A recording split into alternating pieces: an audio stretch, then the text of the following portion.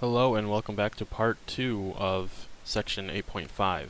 In this video we'll discuss the dimensions of a picture and we'll also include an interest problem in relation to quadratic equations. So with this dimension problem, if we have a picture that is 4 inches taller than it is wide and it has an area of 256 square inches, what are the dimensions of the picture? So the thing that we want to conceptualize is the area equation. So we have the area of the picture, which is equal to the width times the height, okay? And we're given that the height is 4 inches taller than it is wide, okay? So our height is 4 inches plus the width of our picture, and then the width is just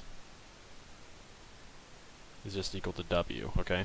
So we can, and then in this case the area is 256 square inches. So we can just substitute all these values into our area equation, and we end up with 256 is equal to W times 4 plus W. And once we distribute, we have 256 is equal to 4W plus W squared.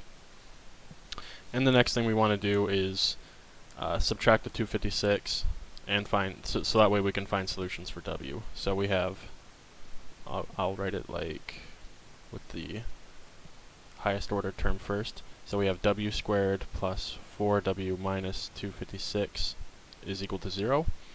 And what we want to see now is to see if this is factorable. And it turns out that it is, but when coming up with this example, I picked terrible numbers. So what I'll do is just write out what W is. I mean, of course, you could use the quadratic formula, so I suppose we could go ahead and do that actually. If we remember, we have the variable that we're solving for is equal to negative b plus or minus the square root of b squared minus 4ac divided by 2a. And so in this case, a is 1, b is 4, and c is negative 256. So if we substitute all those values in, I said that b is 4, still have the 256 on my mind, so, and then we have plus or minus b squared, which is 4 squared, minus 4 times 1 times 256, all divided by 2 times 1. And so I'm going to, well actually I already know the solution, and the solution ends up being 2 plus or minus 2 times the square root of 65.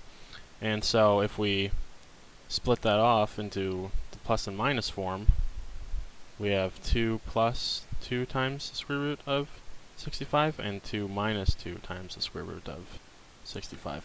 And so this number right here gives us a negative number. So we can't have a negative length, right? So we reject this value as the width, and so we go with, let me get green here, we go with the positive root as our width instead. And then all we have to do is just plug in this width, so we have the width being 2 plus 2 times the square root of 65, and that's approximately 18 point, let's see, 125, I think, inches. So we want to take this value and then plug it into our height expression. So we have the height is equal to 4 plus W. So we have 4 plus 18.125. And so the height is 22.125 inches. And so that deals with the dimension problem.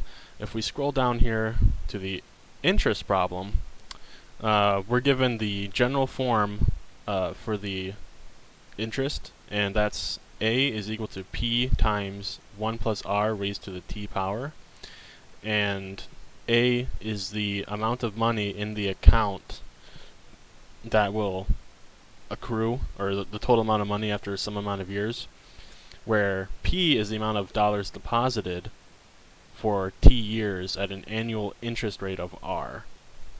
And so what we want to do is that we want to find what the value of R is if we deposit $1,000, and that increases to this amount of money over a 2-year period. Okay? So if we write out the general equation, we have A is equal to P times 1 plus R raised to the T power. And so we're given values for P. So P is equal to that 10,000. A is equal to this 12,525.6.65. Well, writing 5s and 6s is terrible. And then the 2-year period is our T, which is just equal to 2. And so what we want to do is that we just want to substitute all those values into our equation. So we have 12,525.65 is equal to 10,000, 1 plus R raised to the second power. And then we just want to simplify this expression so that way we can solve for R. So we can divide both sides by that 10,000, and we get 1.2525.65 is equal to 1 plus R raised to the second power. And then we can take the square root of both sides.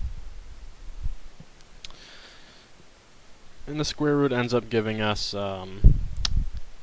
plus or minus, so I'll write that over here. We end up with plus or minus 1.073575, which is equal to 1 plus R.